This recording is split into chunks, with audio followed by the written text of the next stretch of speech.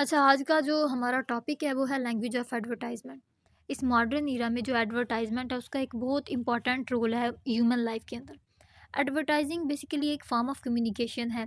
ठीक है, ये पावर है जो परसुएड करती है कस्टमर्स को, कंज्यूमर्स की डिज़ायर को कंप्लीट करती है। या फॉर एग्जांपल आप कोई भी अपनी आइडियालॉजी सोसाइटी में फैलाना चाहते हैं तो उसमें सबसे जो इम्पोर्टेंट रोल है वो एडवर्टाइजमेंट का है। एडवर्टाइजमेंट की डेफिनेशन देख लेते हैं। एक्चुअली जो एडवर्टाइजमेंट है उसका ये मतलब है कि आप message printed in a newspaper और ब्रॉडकास्ट ऑन टीवी और रेडियो। तो जो एडवर्टाइजमेंट है उसका बेसिक एम क्या होता है कि आप रीडर्स जो है उसकी अटेंशन को कैच करें, उन्हें अर्ज करें कि वो एक्ट करें एडवर्टाइजमेंट मैसेज के ऊपर। फॉर एग्जांपल जो आपने एडवर्टाइजमेंट की है उसके ऊपर वो एक्ट करें, इस तरह की एडवर्टाइजमेंट होनी चाहिए। फॉर एग्जांपल आप कोई प्रोडक्ट बाय कराना चाहते हैं या कोई आप आइडिया है जो उसको एक्सेप्ट करवाना चाहते हैं तो एडवर्टाइजमेंट जो है वो बेस्ट ऑप्शन है। अब सवाल ये है कि व्हाई टू स्टडी एडवर्टाइजमेंट, हमें एडवर्टाइजमेंट को क्यों स्टडी करना चाहिए। Basically advertisement can be study in the terms of appearance. इसमें जो लैंग्वेज यूज़ की जाती है, इसका जो स्ट्रक्चर है, इसका जो मीनिंग है और इसके जो रिएक्शंस हैं, जो काज बनते हैं यानी एडवर्टाइजमेंट के। अब इन सारे सवालों के जवाब देने के लिए like why do slogan appeal to people and why do different adverts all use a similar structure, people are able to discover much about what attracts to people are as consumers and investigate how advertising companies manipulate to their benefit. Advertisement में ये सारी चीज़ें आ जाती हैं। Through investigation of advertisement ये possible है कि आप डिस्कवर करें कि सोसाइटी को क्या ज़रूरत है और सोसाइटी में जो लोग हैं या जो सोसाइटी से उन्हें किस तरह परसुएट किया जा सकता है। अब आगे है पर्पस, एम्स या फंक्शंस ऑफ एडवर्टाइजमेंट। इसमें क्या पर्पसेस आ जाते हैं। सबसे पहला और मेन जो पर्पस है वो तो यही है कि सेल प्रोडक्ट्स और सर्विसेज।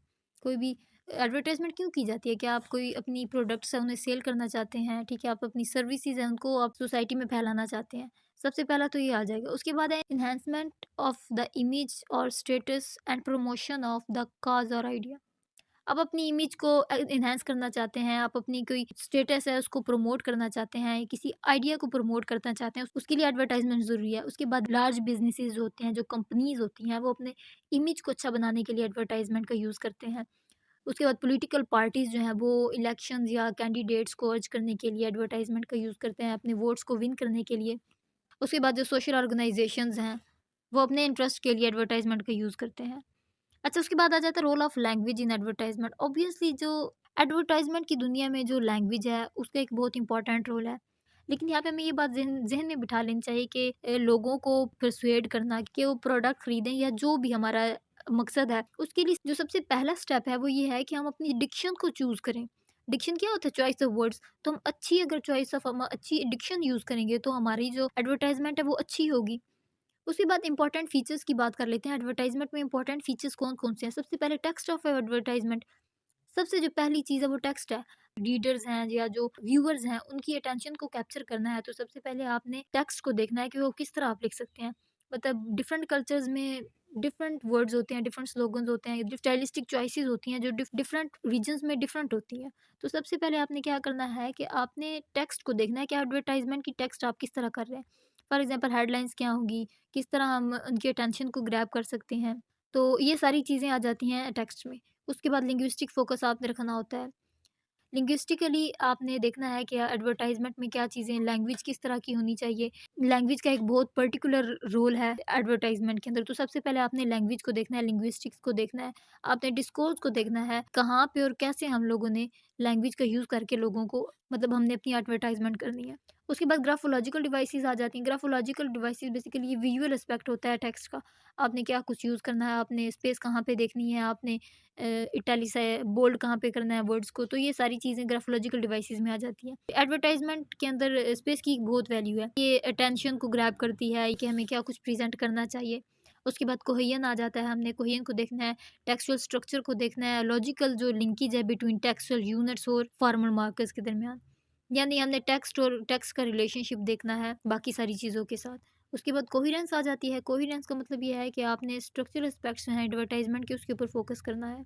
जो मैसेज है वो मिस्टेक फ्री होना चाहिए, एरर फ्री होना चाहिए, क्योंकि ज़ाहिर है उस अगर आप कोई भी एडवर्टाइजमेंट कर रहे हैं तो उसमें कोहेरेंस और कोहेजन का ख्याल रखना बहुत ज़्यादा ज़रूरी है।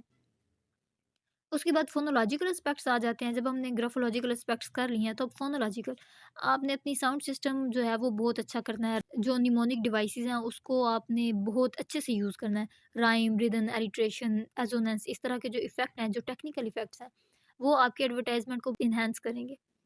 अच्छा, उसके बाद स्टाइलिस्टिक्स फ़ीचर आ जाते हैं। स्टाइलिस्टिक्स फ़ीचर में नियोलॉजिज़्म आ जाता है, यानी न्यू वर्ड्स कॉइनेज जो है, न्यू वर्ड्स को यूज़ करना, ठीक है? ताकि वो रीडर जो है उसको उसका इंटरेस्ट पैदा हो। उसके बाद रेपिटिशन, जब आप रिपीट करते हैं वर्ड्स या स्टेटमेंट्स को, तो वो मतलब इम्पोर्टेंट वर्ड जो हैं आप उन्हें जब रिपीट करते हैं, तो फिर वो जो रीडर है या जो व्यूअर है उसकी अटेंशन को ग्रैब करते हैं। For example, down, down, down, price is down at last, इस तरह करके। फिर एलिट्रेशन आ जाता है। एलिट्रेशन, जब आप न्यूज़पेपर पढ़ रहे होते हैं, तो जो रिपीटेड कॉन्सोनेंट्स होते हैं वो मतलब एक बड़ा अच्छा एक इंप्रेशन डालते हैं। वो ईज़िली रिमेंबर्ड होते हैं, हम उन्हें ईज़िली याद कर सकते हैं। For example, big, ban, boom और बस्ट। उसके बाद राइम आ जाता है। फाइनल एक्सेंट को आइडेंटिफाई करने के लिए आपने साउंड सिस्टम लाइक स्टिल हिल, बोर, मोर, एंडिंग, बेंडिंग इस तरह के आप राइम सिस्टम जो है यूज़ कर सकते हैं। फिर मेटाफर आ जाता है। मेटाफर सेंट्रल वे है भई, कि आपने मेटाफर्स का यूज़ करके रीडर का जो रिलेशनशिप है उसका किस तरह डिस्क्राइब करना है। आप मेटाफर का यूज़ करके अपने जो एडवर्टाइज़मेंट है उसको एनहांस कर सकते हैं। उसके बाद आ जाता है पन। एक बहुत इंपॉर्टेंट बात है, पन का मतलब होता है प्ले ऑफ वर्ड्स। जब आपका चॉइस ऑफ वर्ड जितना अच्छा होगा, आपकी एडवर्टाइज़मेंट उतनी अच्छी होगी, तो आपका जो चॉइस ऑफ वर्ड्स है वो बहुत इम्पोर्टेंट है। तो ये तो हमारा आज का लेक्चर, आई होप आपको इसकी समझ आई होगी। अगर वीडियो पसंद आई तो इसे लाइक और सब्सक्राइब ज़रूर कीजिएगा। अगली वीडियो तक के लिए अल्लाह हाफ़िज़।